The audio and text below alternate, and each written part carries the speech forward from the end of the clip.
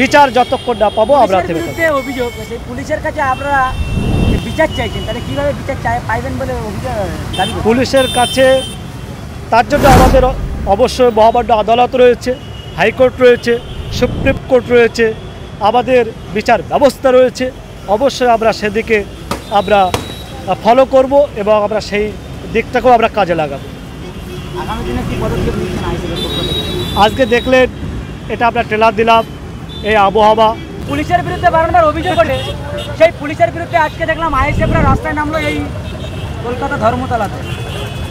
এই আবু সিদ্দিকের বিচারে কতটা ন্যায় বিচার পাবে বলে দাবি করবেন, কতটা সাধারণ মানুষের কাছে বার্তা দেবেন? প্রথমত একটা কথা বলে নিই, আমাদের বাংলার যিনি মাননীয় মুখ্যমন্ত্রী তিনি অপরদিকে পুলিশ মন্ত্রীও, এটা আমি ক্লিয়ার করে দিই, জানিয়ে দিই, তিনি যদি চান তিনি বাংলাটাকে খুব সুন্দরভাবে সুরক্ষিত রাখতে পারবেন, এটা আমি ব্যক্তিগত মনে করি। আর আবু সিদ্দিককে যেভাবে হত্যা করা হয়েছে পুলিশ কাস্টাডিতে নিয়ে, হেফাজতে নিয়ে, এটার ধিক্কার জানানোর কোনো ভাষা নেই। এটা নরপিশাচ, যারাই রক্ষক তারাই ভক্ষক হয়ে গেল।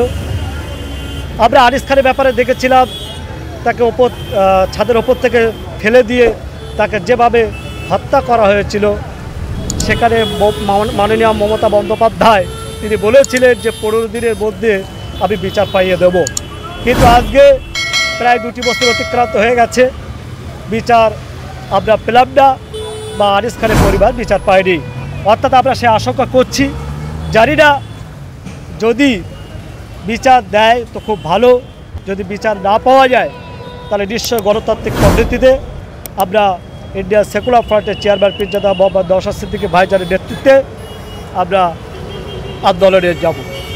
বিচার যতক্ষণ না পাবো আমরা থেমে থাকবো। অভিযোগ পুলিশের কাছে আপনারা বিচার চাইছেন, তাহলে কিভাবে বিচার পাইবেন বলে অভিযোগ দাবি করছেন? পুলিশের কাছে তার জন্য আমাদের অবশ্যই মহামান্য আদালত রয়েছে, হাইকোর্ট রয়েছে, সুপ্রিম কোর্ট রয়েছে, আমাদের বিচার ব্যবস্থা রয়েছে।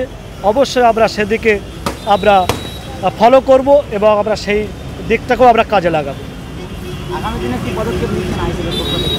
আজকে দেখলেন এটা আমরা ট্রেলার দিলাম, এই আবহাওয়া, শ্রাবণ মাস চলছে। অবশ্যই যদি আমরা এর ন্যায্য বিচার না পাই, আপনি দেখবেন এই যে আন্দোলন হয়েছে, এই যে মিছিল হয়েছে, এই মিছিলটা বৃহত্তম আকারে গোটা বাংলা থেকে মানুষ এই বিচারের জন্য এই কলকাতা মুখে আবার হবে এবং আমরা ওপর থেকে আমাদের যারা নেতৃত্বে আছেন তারা যে ডিসিশন নেবেন অবশ্যই আমরা সেইভাবে আমরা এগোবো।